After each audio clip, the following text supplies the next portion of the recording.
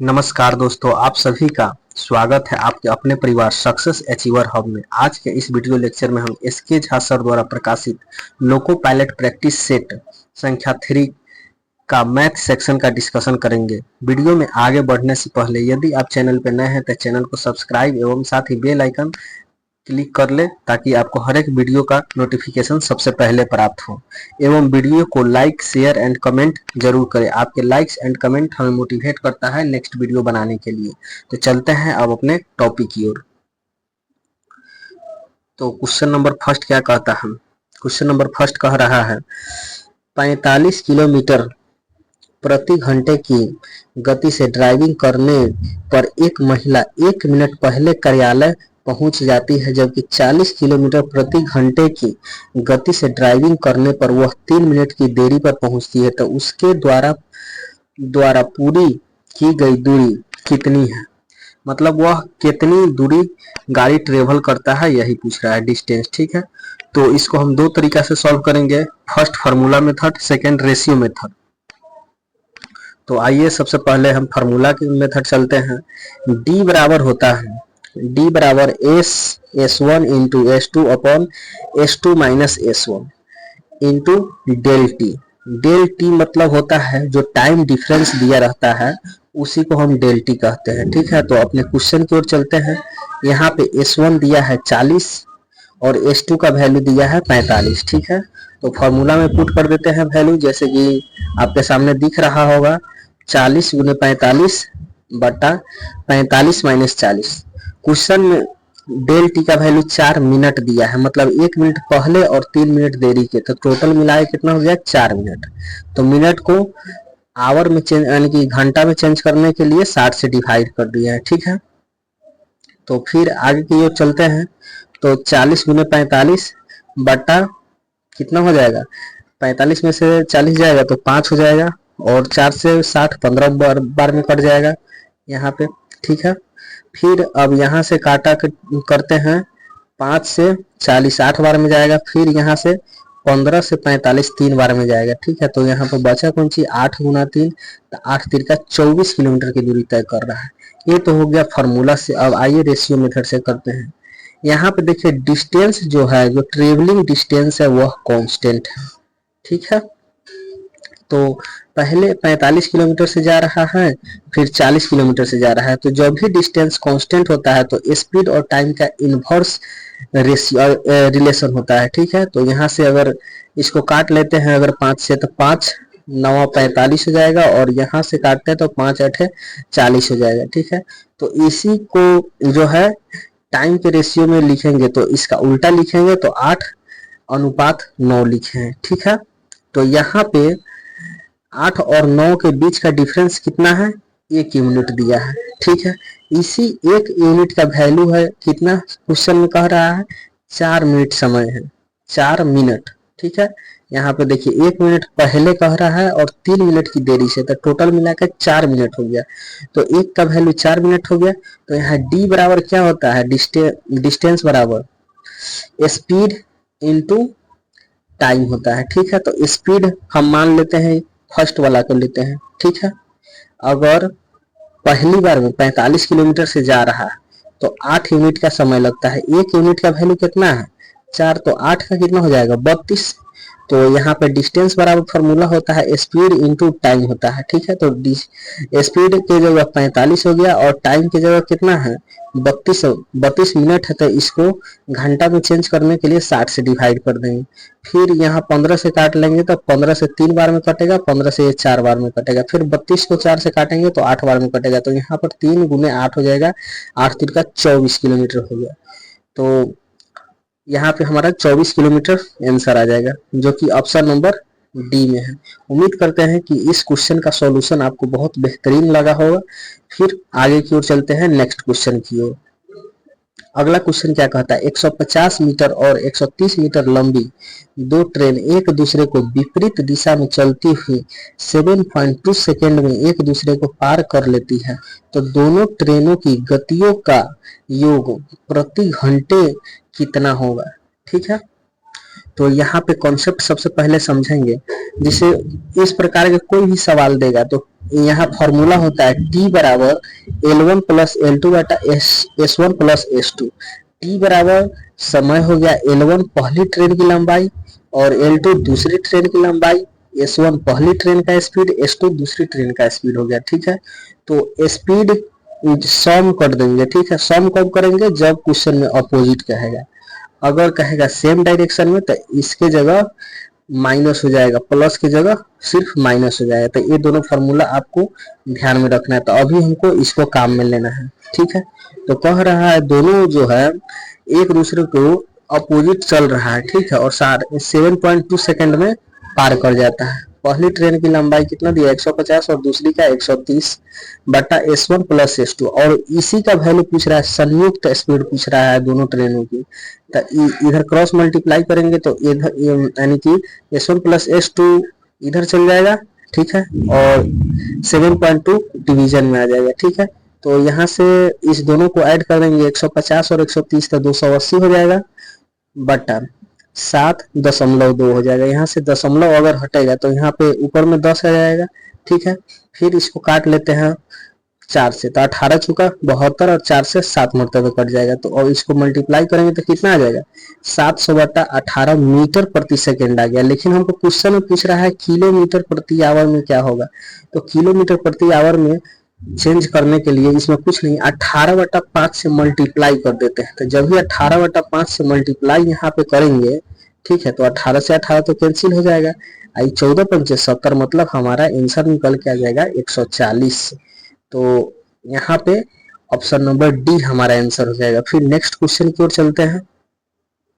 अगला क्वेश्चन क्या कहता है, ए और बी एक काम को 10 और 15 दिनों में कर सकता है। बी काम प्रारंभ करता है और 5 दिन के बाद ए भी काम में जुड़ जाता है। यदि वे 60 रुपए कमाते हैं तो उनका व्यक्तिगत हिस्सा कितना होगा। ठीक है, तो चलिए क्वेश्चन की ओर चलते हैं।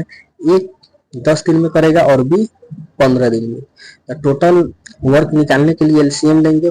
10 और 15 का एलसीएम 30 होता है। तो इफिशियंसी निकालने के लिए टोटल वर्क में 1.5 से डिवाइड कर देंगे जितना दिन लेगा। तो ए का कितना आ जाएगा 3 आ जाएगा और बी का कितना आ जाएगा 2 आ जाएगा। ठीक है, तो कह रहा है बी काम स्टार्ट कर रहा है और 5 दिन के बाद ए उसके साथ में आ रहा है।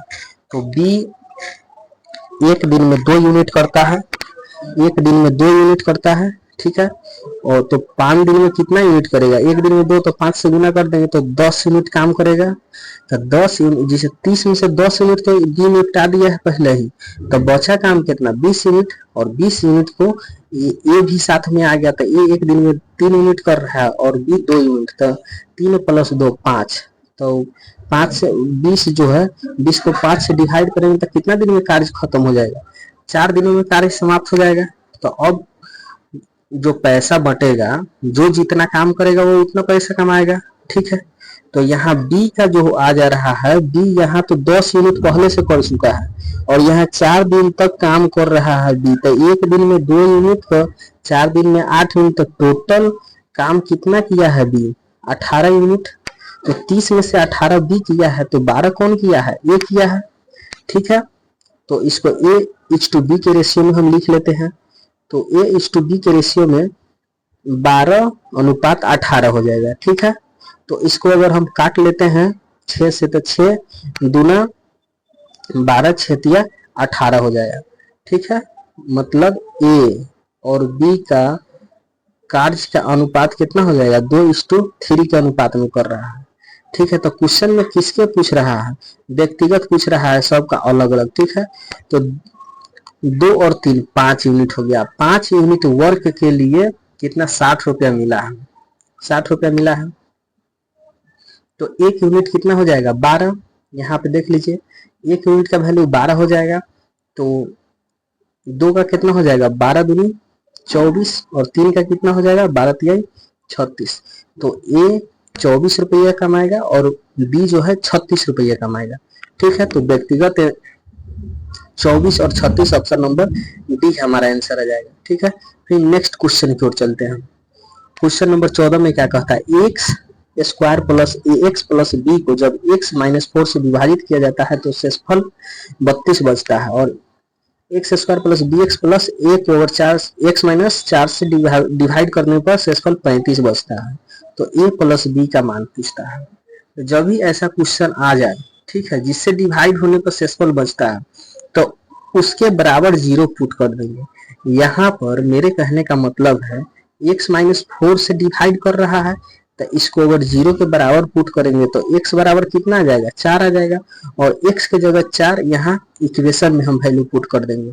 ठीक है, इस प्रकार आप देख सकते हैं 4 चौका 16 हो जाएगा, 4a हो जाएगा, b प्लस 32 हो जाएगा, फिर 4a प्लस b बराबर 32 में से 16 जाएगा तो 16, इसको इक्वेशन 1 मान लीजिए। ठीक है, फिर सेकेंड इक्वेशन यहाँ पे दिया हुआ है, तो x की जगह 4 पुट कर देना है, तो 4 चौका 16 plus 4b plus a plus 35 हो जाएगा। तो a प्लस 4b बराबर अगर 16 35 में से घटाएंगे तो कितना हो जाएगा, 19 हो जाएगा। तो इक्वेशन 1 और इक्वेशन 2 यहाँ पे आ गया। अब दोनों को सॉल्व कर देंगे, दो वेरिएबल है, दो इक्वेशन है, तो इसको सॉल्व कर लेते हैं। तो यहाँ पे अगर हम ए में 4 से मल्टीप्लाई कर दे, 4 से मल्टीप्लाई कर दे तो यहाँ पे 4 चौका 16a प्लस 4b प्लस 16 चौका 64 हो जाएगा। और यहाँ पे इक्वेशन 2 को हम इसमें से घटा लेते हैं, तो यहाँ पे माइनस यानी कि प्लस है तो माइनस इस प्रकार घटाएंगे तो क्या आ जाएगा, 4a और माइनस 4b में क्या होगा, ये वाला कैंसिल आउट हो जाएगा। 15a में से एक ए घटे, सॉरी 16a में से एक ए घटेगा तो यहाँ पे 15a हो जाएगा, और 64 में से 19 जाएगा तो 45 हो जाएगा। तो 15 से 45 3 बार में जाएगा, तो ए के वैल्यू हमारे पास 3 आ गया, और ए का वैल्यू किसी इक्वेशन में पुट कर देते हैं, तो हम यहाँ इक्वेशन नंबर 2 में पुट कर दे रहे हैं। ठीक है, तो यहाँ पर a को अगर 19 में से घटाएंगे तो 4a बराबर 19 माइनस 3 हो जाएगा, और 19 में से 3 जाएगा तो 16 हो जाएगा, तो 4a बराबर 16, तो b बराबर कितना हो जाएगा, b बराबर हो जाएगा यहाँ पे 4। ठीक है, तो a का वैल्यू यहाँ 3 आ गया और b का वैल्यू यहाँ पे कितना आ गया, 4 आ गया। तो a प्लस b का वैल्यू पूछ रहा है, तो 3 और 4 7 हो जाएगा। ठीक है, तो हमारा आंसर ऑप्शन ए हो जाएगा। फिर नेक्स्ट क्वेश्चन की ओर चलते हैं। एक कक्षा में 12 लड़कों का किसी परीक्षा में औसत स्कोर 16 था, जबकि कक्षा के सभी 30 छात्रों का औसत वजन कितना है, 18.1 है। तो लड़कियों का स्कोर क्या है। ठीक है, तो आइए हम इसके सॉल्यूशन की ओर चलते हैं। टोटल विद्यार्थियों की संख्या 30 दिया है। ठीक है,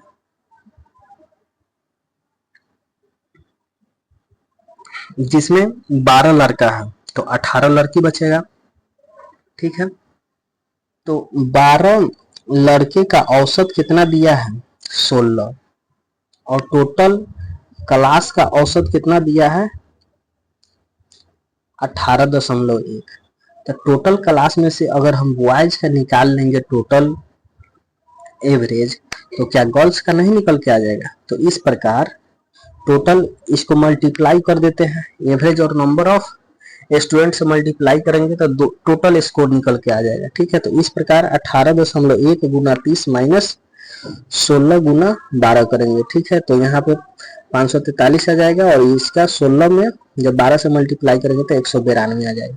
दोनों को घटाएंगे तो 351 आ जाएगा। ठीक है, 351 गर्ल्स का आ गया। ठीक है दोस्त, तो यहाँ पे एवरेज निकालना है, तो एवरेज के लिए टोटल में नंबर ऑफ गर्ल्स से डिवाइड कर देंगे। तो 351 में जब 18 से डिवाइड करेंगे तो लगभग में 19.5 के बराबर आएगा। तो ये हमारा आंसर हो जाएगा। ठीक है, चलते हैं अगला क्वेश्चन सिंप्लीफिकेशन का आ गया।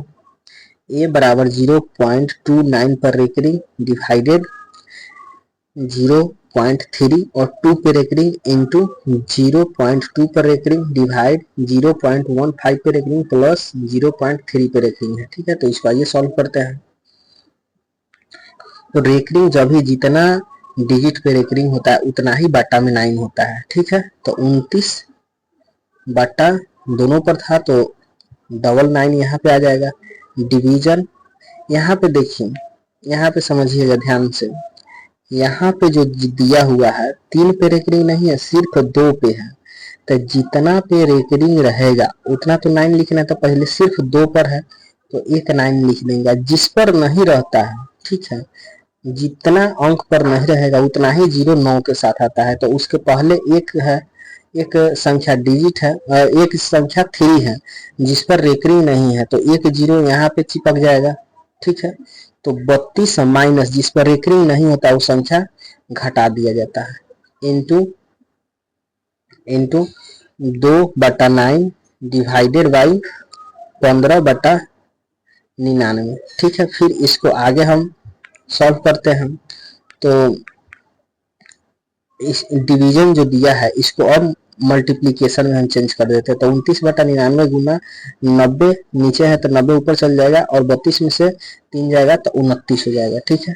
गुना 2/9 यहाँ पर डिवीजन है तो मल्टीप्लाई कर देंगे, तो 99/15 प्लस 1/3 हो जाएगा, ठीक है। अब यहाँ काट लेते हैं इसको, 29 से 29 कट जाएगा, 99 से 99 कट जाएगा, 9 से 9 कट जाएगा, ठीक है, यानी कि 90 9 से 10 बार में कट जाएगा, तो यहाँ पे कितना हो जाएगा 10 दूनी 20, और नीचे कितना दिया है 15, तो 15 हो जाएगा, प्लस 1/3 हो जाएगा। अब इसको हम 5 से काट लेते हैं, तो 5 चौका 20 हो जाएगा, अब 5 तिया 15 हो जाएगा, ठीक है। तो यहाँ पे एलसीएम 3 आ जाएगा, 4 और 1 5, 5/3 हो गया, तो इसको पूर्णांक में लिख सकते हैं 1/2/3 हमारा आंसर निकल के आएगा। फिर अगले क्वेश्चन की ओर चलते हैं। अगला क्वेश्चन कह रहा है आंकड़ा कुछ दिया है डेटा, ठीक है, जिसका माध्यिका x है, यदि 2 और 8 जो संख्या दिया हुआ है उसको चेंज करके 21 और 18 में बदल दिया जाता है, तो इससे प्राप्त माध्यिका कितना है y है, तो 3x - y का वैल्यू पूछ रहा है। तो माध्यिका का फॉर्मूला क्या होता है, मतलब सॉल्व करने का टेक्निक क्या होता है, जितने भी डेटा दिया रहेगा उसको असेंडिंग या डिसेंडिंग, बढ़ते या घटते क्रम में लिख देते हैं पहले, ठीक है, और फिर उसके बाद में मिडिल संख्या उसका ले लेते हैं। तो यहाँ पे देख लेते हैं पहले टोटल नंबर ऑफ संख्या कितना है, तो 1 2 3 4 5 6 7 8 9 10 11 12 13 14 वो है। यहाँ तो मिडिल संख्या आप कैसे निकलेगा, तो 14 जब दे दिया है तो इसमें दो संख्याओं के बीच के मिडिल संख्या होता है, तो 14 दिया है तो 6 लेफ्ट साइड के संख्या 6 हटा देंगे, और राइट साइड के संख्या 6 हटा देंगे। उससे पहले इसको पहले सजाना पड़ेगा, ठीक है। तो अगर इस प्रकार लिखेंगे तो कितना आ जाएगा, 7th टर्म और 8वां टर्म होगा, इसी का एवरेज जो आएगा वो x का वैल्यू होगा, ठीक है।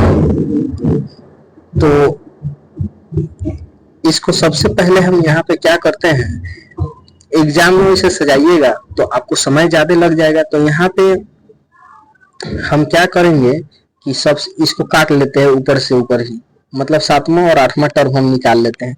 तो सबसे छोटी संख्या इसमें देखिए, सबसे छोटी संख्या 2 है, मतलब इसको काट दीजिए, 2 से फिर कौन है बड़ा, 2 से बड़ा कौन है, यहाँ पे देखते हैं 8 है, इसको भी काट दीजिए, इसके बाद 9 है, इसको भी काट दीजिए, उसके बाद 10 है, इसको भी काट दीजिए, 4 गो संख्या कट गया, 2 और काटना है 10, 11 भी काटते हैं, 12 भी काट देते हैं, ठीक है। तो यहाँ पे 13 और 14 बच गया, ठीक है, 7वां और 8वां टर्म। तो इसी का एवरेज कितना होता है, दोनों को जोड़कर आधा कर देंगे, तो 14 को 13 को कितना हो जाएगा, 13 26 1 27, 27 का आधा कितना हो जाएगा 13.x बराबर आ गया 13.5, ठीक है। अब देखिए इसमें 2 और 8 को बदल देना है किससे, 18 और 21 से, तो हम यहाँ पे पहले से ही सर्कल कर दिए हैं चेंज कर करके, ठीक है। तो इसका अब एवरेज क्या निकालते हैं, माध्यिका निकालते हैं, ठीक है दोस्त। तो इसमें सबसे बड़ी संख्या, पहले सबसे बड़ी नहीं सबसे छोटी संख्या को हम डिलीट करते हैं, ठीक है। तो यहाँ से 9 हट जाएगा, यहाँ से 10 हट जाएगा, यहाँ से 11 हटेगा, यहाँ से 12 हटेगा, 12 12 13 हट जाएगा, 14 हट जाएगा, मतलब 6 गो हट गया, ठीक है। तो अब इसके बाद में 14 के बाद में कौन है 15 और 16, तो 15 और 16 का एवरेज कौन सी हो जाएगा 15.5 हो जाएगा। ठीक है, तो क्वेश्चन में पूछ रहा है 3x माइनस वाई, एक्स का वैल्यू 13.5 है तो कितना हो जाएगा 13 या 39 41 40.5 हो जाएगा। इसमें से अगर हम 15.5 को घटा ले तो कितना आ जाएगा, मेरे पास 25 आ जाएगा, तो इसका 25 आंसर हो जाएगा। ठीक है, जो कि ऑप्शन नंबर सी में है। फिर हम आगे की ओर चलते हैं अगले क्वेश्चन की ओर। कह रहा है त्रिभुज एबीसी में ए बी और ए सी बराबर है। ठीक है, जिसमें बी ए सी 30 डिग्री दिया है, त्रिभुज एबीसी में बीसी को डी तक बढ़ाया जाता है, तो ए सी डी का मान ज्ञात कीजिए। तो सबसे पहले हम फिगर ड्रॉ करते हैं। तो यहाँ सबसे पहले हमने फिगर इसको ड्रॉ करके रखा है। त्रिभुज एबीसी हो गया। ठीक है, त्रिभुज एबीसी में ए वाला एंगल कितना है 30 डिग्री दिया है, और यह दोनों साइड जो है इक्वल है।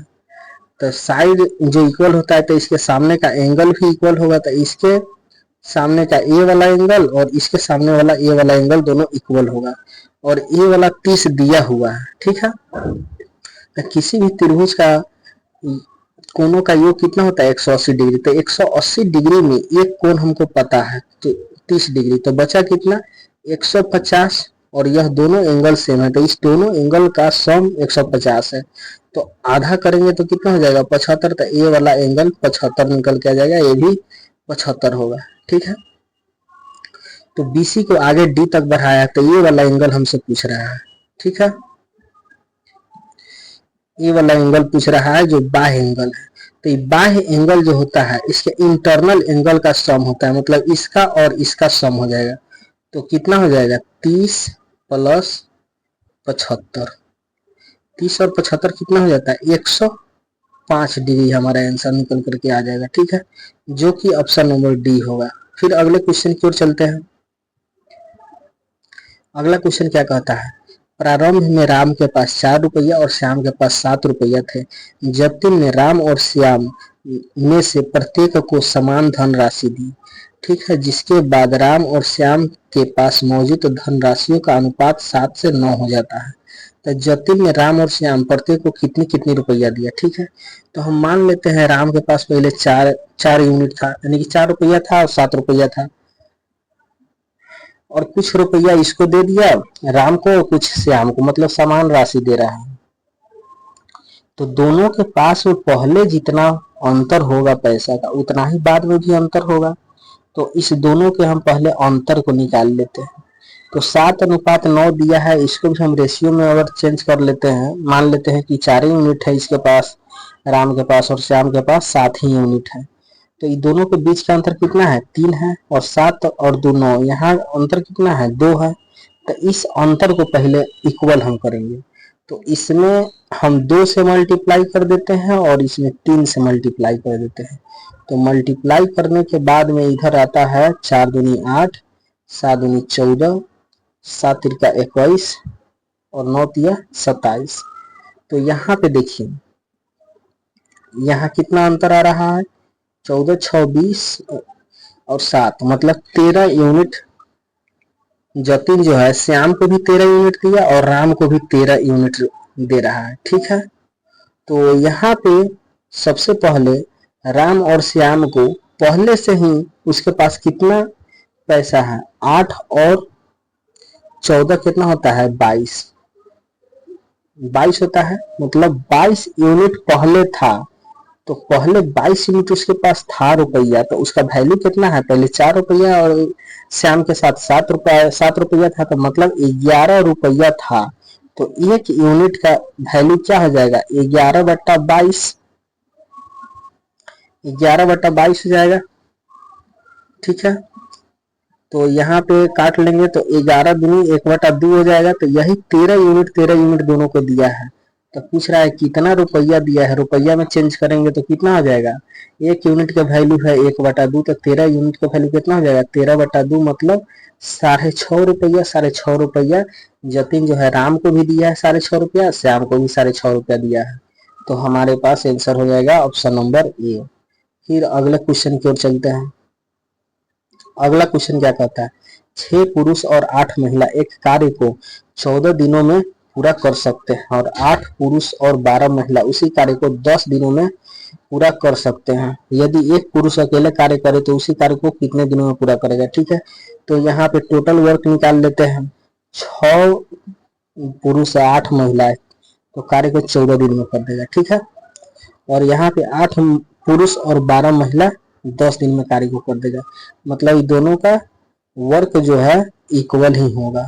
ठीक है, तो यहाँ से इफिशियंसी निकालने के लिए हम अगर यहाँ 2 से इसको काट देते हैं, 2 से इसको काट देते हैं। ठीक है, तो 7 7 छक कितना हो जाएगा 42, 7 8 56 हो जाएगा, 5 8 40 हो जाएगा, 12 पंजे 60 हो जाएगा। 42 में से अगर 40 जाएगा तो 2 हो जाएगा 2m, और 60 में से 4 जाएगा तो कितना हो जाएगा 4w हो जाएगा। तो इधर क्रॉस मल्टीप्लाई कर लेते हैं, तो m के बट्टा में w आएगा और 4 के बट्टा में कितना जाएगा 2 जाएगा। तो 2 से 4 2 बार में कट जाएगा, तो वही हम डायरेक्ट यहाँ पे लिखे हैं 2/1। तो यह क्या चीज है, इफिशियंसी निकल करके आ गया। ठीक है, तो टोटल वर्क निकालने के लिए इसका इफिशियंसी किसी एक में पुट कर दो। ठीक है, तो हम इस वाले में पुट कर देते हैं 6 m के जगह 2 गुना 2 प्लस 8 गुना w की जगह 1 हो जाएगा। ठीक है, तो 6 दूना 12 हो जाएगा, और 8 में 1 से गुना करेंगे तो 8 ही होगा, गुना 14 हो जाएगा यहाँ पे। ठीक है, तो 8 और 12 20, 20 गुना 14 280 हो जाएगा। ठीक है, तो कह रहा है एक आदमी इसको कितने दिन में पूरा कार्य करेगा। तो एक आदमी टोटल वर्क 280, एक आदमी एक दिन में 2 यूनिट करेगा, तो 2 से डिवाइड कर देंगे तो मतलब 140 दिन में टोटल कार्य समाप्त कर देगा। तो इस प्रकार हमारा इसका ऑप्शन सी सही आंसर हो जाएगा। फिर हम अगले क्वेश्चन की ओर चलते हैं। नेक्स्ट क्वेश्चन क्या कहता है, एक परीक्षा में प्रत्येक सही उत्तर के लिए 3 अंक दिए जाते हैं, जबकि प्रत्येक गलत उत्तर के लिए 2 अंक काट लिए जाते हैं। तो 50 प्रश्नों की एक परीक्षा में छात्र को कुल 60 अंक ही प्राप्त होते हैं, तो उसने कितने गलत प्रश्नों का उत्तर दिया, मतलब कितना गलत किया है क्वेश्चन, यही पूछ रहा है। तो इसको हम एलिगेशन से बनाते हैं। इसको टोटल क्वेश्चन कितना दिया है 50 दिया है, प्रत्येक सही के लिए 3 नंबर मिल रहा है, प्रत्येक गलत के लिए 2 नंबर कट जा रहा है। तो हम मान लेते हैं कि जो 50 क्वेश्चन है 50 के 50 इसने सही जवाब दिया है, तो कितना मिलता है, एक क्वेश्चन का 3, तो 50 क्वेश्चन का 150 नंबर मिलता। और मान लेते हैं कि पूरा का पूरा गलती कर देता, तो 50 क्वेश्चन है, एक क्वेश्चन के लिए -2 नंबर, तो 50 क्वेश्चन के लिए -100 नंबर होगा। ठीक है, लेकिन इसको ओवरऑल 60 अंक प्राप्त हो रहा है। तो यहाँ एलिगेशन लगाएंगे तो अधिक में से कम, यानी कि अधिक में से कम को घटाएंगे तो 60 में से -100 हो जाएगा, तो कितना हो जाएगा माइनस माइनस प्लस हो जाएगा, तो 160 हो जाएगा। और यहाँ 150 में से अगर 60 जाएगा तो यहाँ 90 आ जाएगा।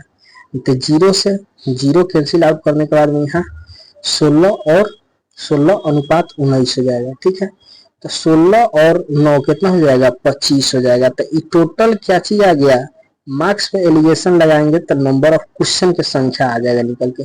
16 में 25 आ गया, 25 क्वेश्चन, लेकिन हमको कितना दिया है क्वेश्चन तो कह रहा है 50 क्वेश्चन है। तो 25 को 50 बनाने के लिए क्या करेंगे, इसमें 2 से मल्टीप्लाई कर देंगे। तो यहाँ पे क्या हो जाएगा 16 दूनी 32, 9 दूनी 18। तो इसमें 16 क्वेश्चन जो है सही किया है और 18 क्वेश्चन गलती किया है। तो क्वेश्चन में पूछ रहा है कितना गलती किया है, तो 18 गलती किया है, तो हमारा आंसर हो जाएगा 18। तो ऑप्शन नंबर यहाँ पे देख लेते हैं, ऑप्शन नंबर ए हमारा सही हो जाएगा। फिर हम अगले क्वेश्चन की ओर चलते हैं। अगला क्वेश्चन क्या कहता है, एक थैले में 5 रुपए, 10 रुपए और 50 रुपए के 225 करेंसी नोट क्रमशः इतना इतना के अनुपात, मतलब 3:7:5 के अनुपात में है। इनमें से 25 रुपया खर्च हो गई, तो बची हुई राशि को 500 के करेंसी नोट से बदल लिया जाता है। क्वेश्चन के कहना 5 रुपया के नोट है, 10 रुपया के नोट है और 50 रुपया के नोट है। ठीक है, जो कि 3:7:5 के अनुपात में दिया है। अब 25 रुपये इसमें से खर्चा कर दिया, जो बचा पूरा खुदरा ले जाएगा, किसी शॉप वाले को दे देगा, कहेगा कि भाई हमको पूरा का पूरा पंचसहिया में बदल के दे दो, तो कितना पंचसहिया होगा वही पूछ रहा है। तो आइए इसको हम सॉल्व करते हैं। तो 5 रुपया, 10 रुपया और 15 रुपया अनुपात दे दिया है करेंसी का। ठीक है, तो करेंसी के नोटों की संख्या कितना है, 3 और 7, 10 और 5, 15। तो 15 का वैल्यू कितना दिया है, 225। तो 1 का वैल्यू कितना आ जाएगा, 15। तो यहाँ से रियल करेंसी का संख्या निकल के आ जाएगा। 15 से गुना कर देंगे, 15 45, 15 से 105, 15 पचे 75। ठीक है, तो इस टोटल करेंसी जो है इसका अमाउंट कितना होगा, कितना रुपया होगा। यहाँ एग्जाम्पल हम देते हैं कि 2 रुपया के कै गो सिक्का है, 2 रुपया का 5 गो सिक्का है, 5 रुपया का कै गो सिक्का है, 4 गो सिक्का है। ठीक है, 2 रुपया का कै गो सिक्का है, 5 गो सिक्का है, और 5 रुपया का कै गो सिक्का है, 4 गो सिक्का है। तो पूछेगा टोटल रुपया आपके पास कितना है, तो 5 दूनी 10 हो जाएगा, और 5 का 20, मतलब टोटल रुपया कितना है आपके पास, 30 रुपया। तो यही टोटल रुपया हम निकालेंगे। ठीक है, तो करेंसी के संख्या से और अमाउंट के संख्या में मल्टीप्लाई करेंगे, मतलब 5 है कै गो, 45 गो, 10 टकिया कै गो है, 105 गो, और 50 टकिया कै गो है, 75 गो। तो इसी को अगर हम मल्टीप्लाई करेंगे यहाँ पे, तो टोटल निकल के हमारे पास आ जाएगा 5025 रुपया रखा हुआ है। ये 5025 रुपया में से 25 रुपया खर्च कर दे रहा है, तो बचा कितना इसके पास, 5000 रुपया। अब 5000 रुपया किसी को दे देगा रेच की, और उससे कहेगा कि 500 के करेंसी हमको दे दीजिए, तो कितना करेंसी देगा, टोटल पैसा में 500 के करेंसी से हम डिवाइड कर देंगे, तो 5000 में 500 से डिवाइड करेंगे तो हमारे पास 10 निकल के आ जाएगा, मतलब कि उसके पास 500 के 10 वो करेंसी है। तो यहाँ पे इस प्रकार हमारा आंसर हो जाएगा ऑप्शन नंबर बी। उम्मीद करते हैं कि समझ में आया होगा। चलते हैं नेक्स्ट क्वेश्चन की ओर। अगला क्वेश्चन क्या कहता है, 60 मीटर और 140 मीटर लंबी 2 रेलगाड़ियां समानांतर पटरी पर विपरीत दिशाओं में 77 किलोमीटर प्रति आवर और 67 किलोमीटर प्रति आवर की चाल से चल रही है, तो वे कितने समय में एक दूसरे को पार करेगा। हमने सेम टू सेम क्वेश्चन पीछे भी डिस्कस किया है, आइए इसको हम समझते हैं। तो यहाँ पे टाइम बराबर होता है L1 प्लस L2 बट्टा विपरीत दिशा में कहेगा तो स्पीड में सम कर देंगे। ठीक है, तो स्पीड यहाँ कितना दिया है, 77 और 67। तो टाइम पूछ रहा है, यहाँ पे स्पेस की थोड़ी कमी है, इसको आप पहले ध्यान में रख लीजिए, यहाँ पे वैल्यू पुट कर देते हैं। ठीक है, तो L1 की जगह कितना दिया है, 160, 160 प्लस 140 हो गया। ठीक है, और नीचे कितना है स्पीड, 7, 7 दूनी 14, हाथ में 1, 7 गो और 6 गो 13, 13 गो 14 गो। तो ये किलोमीटर में है, तो इसको चेंज करेंगे क्या, मीटर प्रति सेकेंड में, तो 5/18 से गुना कर देंगे, तो 18 ऊपर उठ के चल जाएगा। ठीक है, तो यहाँ से काट लेते हैं, 18 8 144, और 8 पंचे क्या हो जाएगा, 40 हो जाएगा। तो ऊपर वाला कितना हो जाएगा, 160 और 140, मतलब 300 हो जाएगा। तो 300/40, 0 से 0 कैंसिल, 30 को 15 बार में जाएगा, और 4 2 बार में जाएगा, मतलब कितना जाएगा, 15/2, मतलब 7.5। ऑप्शन नंबर हमारा ए सही आंसर हो जाएगा। ठीक है, फिर हम अगले क्वेश्चन की ओर मूव करते हैं। अगला क्वेश्चन क्या कहता है, निम्नलिखित सारणी का अध्ययन करे और इस पर आधारित प्रश्नों का उत्तर दे। नीचे घरेलू खर्च 1000 प्रति वर्ष में दिया गया है। ठीक है, तो क्वेश्चन क्या कह रहा है, अवकाश पर औसत वार्षिक खर्च क्या है। तो अवकाश वाला सेक्शन यह हो गया। ठीक है, इसको हम ऐड करते हैं। ठीक है, तो यहाँ पे कितना हो जाएगा, 5 3 8, 8 गो 5 गो 13, 13 गो 8 गो 22 के 2 हाथ में 2 हो जाएगा, 8 2 10, 10 गो 7 गो 17, 17 गो 10 गो कितना हो जाएगा, 17 गो 7 गो कितना हो जाएगा, 17 7, 17 7 24, 24 36, 30 5 35, 35 क्या 5 आ जाएगा, हाथ में 3 3 4 5 6 7, 7 और 1 8 हो जाएगा।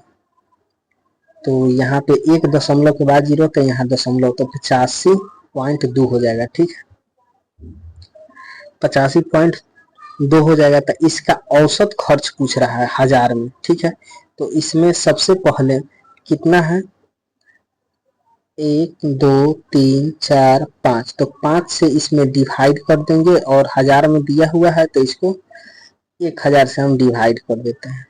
ठीक है, तो 5 से कितना मरतबा जाएगा, 20 मरतबा, मतलब 200, और 1 दशमलव हटाएंगे तो 1 0 यहाँ से कैंसिल आउट हो जाएगा।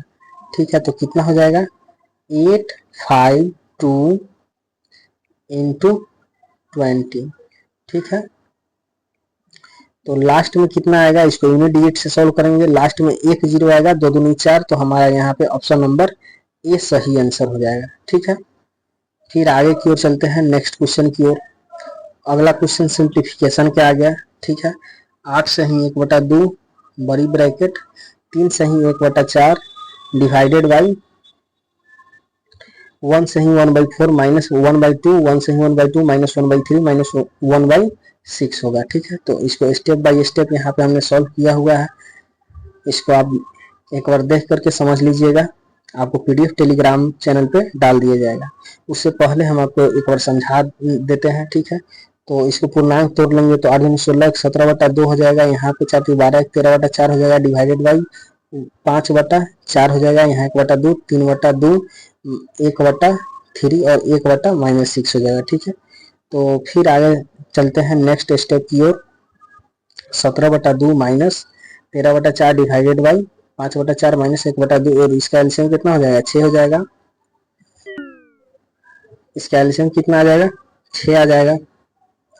तो 6 से 2 3 बार में 3 तो 9, और 3 से 2 बार में -2, और 6 से 1 बार में -1 हो जाएगा। ठीक है, तो यहाँ पे 9 में से 3 जाएगा तो 6, 6/6 1 हो जाएगा, तो यहाँ पे डायरेक्ट 1/2 हो जाएगा। फिर आगे की ओर चलते हैं, 17/2 माइनस 13/4 डिवाइडेड बाई 5 माइनस 2/4 हो जाएगा। ठीक है, फिर अगला स्टेप की ओर चलते हैं, 17/2 माइनस 13/4 गुना, इसको यहाँ डिवीजन है तो इसको मल्टीप्लाई में चेंज कर लेते हैं, तो ऊपर 4 चल जाएगा, 5 में से 2 जाएगा तो 3 नीचे आ जाएगा। ठीक है, अब यहाँ पे इसको कैलकुलेशन कीजिएगा तो आप 4 से ही 1/6 से आंसर आ जाएगा। ठीक है, फिर अगले क्वेश्चन की ओर चलते हैं। नेक्स्ट क्वेश्चन क्या कहता है, यदि दो धनात्मक संख्याओं का योग इतना है, उनका गुणनफल का वर्गमूल कितना है, 26 है, तो उनके व्युत्क्रमों का योग क्या होगा। ठीक है, सबसे पहले यहाँ पे दो पॉजिटिव इंटीजर है x और y मान लेते हैं, दोनों का सम कितना दिया है, 45 दिया है, दोनों का वर्गमूल जो है कितना है, यहाँ पे 26 है, तो इसको दोनों तरफ अगर स्क्वायर करेंगे तो कितना आ जाएगा, एक्स वाई का वैल्यू 676 आ जाएगा। 676 को दो नंबर में इसको हम तोड़ लेते हैं इस प्रकार डिवाइड करके। ठीक है, तो इसका सम भी हमको आना चाहिए कितना, 65 के बराबर। तो इस प्रकार हम यहाँ पे तोड़े हैं तो कितना आ जाएगा, 52 और 13 आ जाएगा। ठीक है, तो x का वैल्यू 52 आ गया और y के वैल्यू 13 आ गया, और इसका व्युत्क्रम का योग पूछ रहा है, तो व्युत्क्रम का योग 1/x प्लस 1/y बराबर 1/52 प्लस 1/13, इसका एलसीएम क्या हो जाएगा, 52 हो जाएगा। 52 से एक बार में, 13 से 4 बार में जाएगा तो 5/52 ही हमारा आंसर हो जाएगा। फिर हम अगले क्वेश्चन की ओर चलते हैं। दीवार के सहारे रखी हुई एक सीढ़ी के पाद और दीवार के मध्य कोण 45 डिग्री है, तो सीढ़ी का पाद दीवार से 6.6 मीटर दूर है, तो सीढ़ी की लंबाई क्या होगा। ठीक है, तो यहाँ पे इस प्रकार यह दीवार हो गया। ठीक है, यह सीढ़ी हो गया, और यह सीढ़ी और दीवार के बीच की दूरी हो गया, तो 45 डिग्री दिया है इस दोनों के बीच का एंगल, तो 45 डिग्री एंगल दिया है, तो 45 के सामने अगर 1 यूनिट है तो ये भी तो 45 होगा, तो इसके सामने भी 1 यूनिट होगा, तो 1 यूनिट ये हो गया, 1 यूनिट ये हो गया, तो आपको यहाँ पे जो हाइपोटेनियस है वह √2 आ जाता है। ये रेशियो है, याद रखिएगा, 45 डिग्री 45 डिग्री और 90 डिग्री, तो 1:1:√2 होता है। ठीक है, तो 1 का वैल्यू दिया है, यही ये वाला वैल्यू दिया है कितना, 6.6 मीटर, और कितना सीढ़ी की लंबाई पूछ रहा था, √2 का वैल्यू पूछ रहा था, √2 से मल्टीप्लाई कर देंगे तो 6.6 इंटू √2, ऑप्शन सी आंसर हो जाएगा। फिर हम अगले क्वेश्चन की ओर चलते हैं। नेक्स्ट क्वेश्चन क्या कहता है, यदि ए 20 से 48% अधिक है और सी ए प्लस बी के योग से 60% कम है तो ए सी से कितने प्रतिशत अधिक है। 48% का फ्रैक्शन वैल्यू यहाँ पे 12/25 ले लिए है।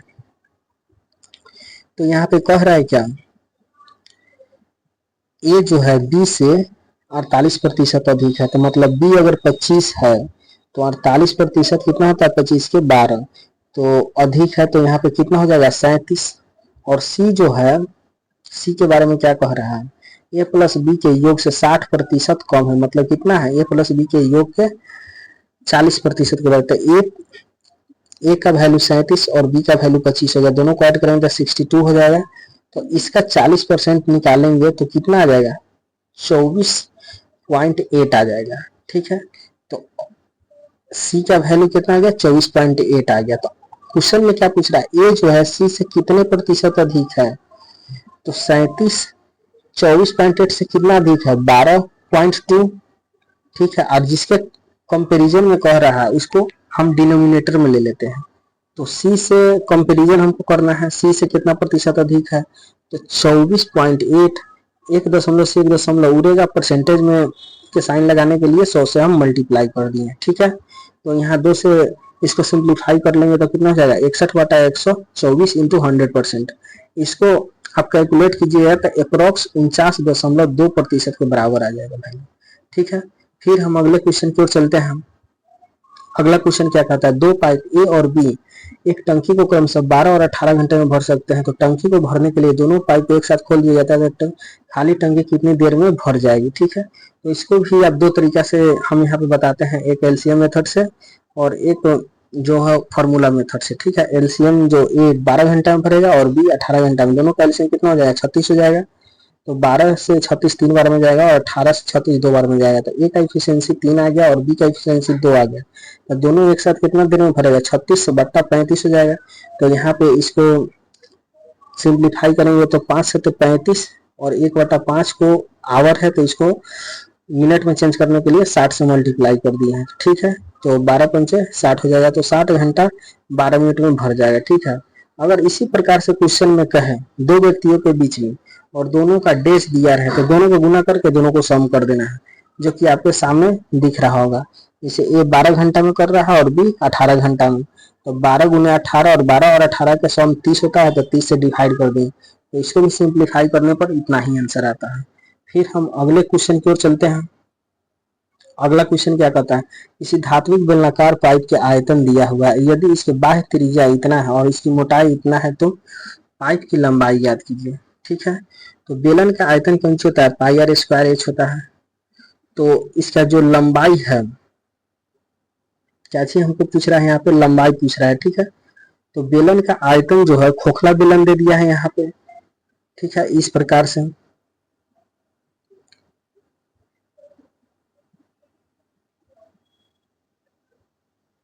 तो यहाँ से जो कैपिटल आर हो जाएगा, बड़ा वाला आर। ठीक है, तो बड़ा वाला आर का वैल्यू ही इसमें कितना दिया हुआ है, बड़ा वाला आर का वैल्यू 12 दिया है और 3 मोटाई दिया है। 3 मतलब ये जो बीच के है ये वाला मोटा है, तो 3 को घटाएंगे तो स्मॉल आर निकल के आ जाएगा। तो इसका वॉल्यूम बराबर कितना होता है, पाई आर स्क्वायर एच, तो आर की जगह कितना हो जाएगा, कैपिटल आर का स्क्वायर माइनस स्मॉल आर का स्क्वायर। तो 3564 into pi H into R square minus R. तो इसी को अगर हम इस प्रकार से लिख लेते हैं, ठीक है, फिर आगे चलते हैं, H into R square minus capital R square minus small R square into 3564/पाई लिख देंगे नीचे। फिर अगले स्टेप में आर के वैल्यू यहाँ पे रख देंगे। ठीक है, इस प्रकार आगे चलेंगे, इसको 35/64 और पाई की वैल्यू 22/7 यहाँ पे रखेंगे। तो यहाँ एच इंटू 12 का स्क्वायर 144, 9 का स्क्वायर 81 हो जाएगा। तो यहाँ पे 22 से इसको काटेंगे तो 162 बार में कट जाएगा 3564, 162 इंटू 7 हो जाएगा। ठीक है, तो यहाँ 144 में से अगर 81 घटाएंगे तो 63 हो जाएगा। तो एच बराबर 162 गुने 7 बटा 63 हो जाएगा। ठीक है, तो इसको हम यहाँ पे सिंप्लीफाई कर लेते हैं, 7 से 9 बार में कटेगा, 7 से ही 9 बार में कटेगा, 9 से 18 बार में कटेगा। तो हमारा इसकी जो ऊंचाई पूछ रहा है, मतलब इसकी लंबाई, तो 18 निकल के हमारा ऑप्शन नंबर सी आ जाएगा। फिर हम अगले क्वेश्चन की ओर चलते हैं। नेक्स्ट क्वेश्चन इतना ही तक है दोस्त, क्वेश्चन आज के लिए इतना ही है। तो आज का वीडियो कैसा लगा आप कमेंट कर सकते हैं। जो भी अगर आपको वीडियो में डाउट लगता है उसको आप कमेंट कीजिए, हम जरूर उसको रिजॉल्व करने की कोशिश करेंगे। और वीडियो को लाइक शेयर एवं अपने दोस्तों के साथ शेयर जरूर करें। चैनल को सब्सक्राइब भी कर ले साथ ही। थैंक यू, जय हिंद।